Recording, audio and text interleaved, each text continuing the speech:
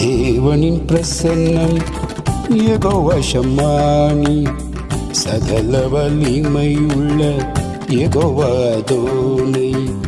தேவனின் பிரசன்னம் யெகோவா ஷம்மானி, சகல வலிமையுள்ள யெகோவா அதோனை.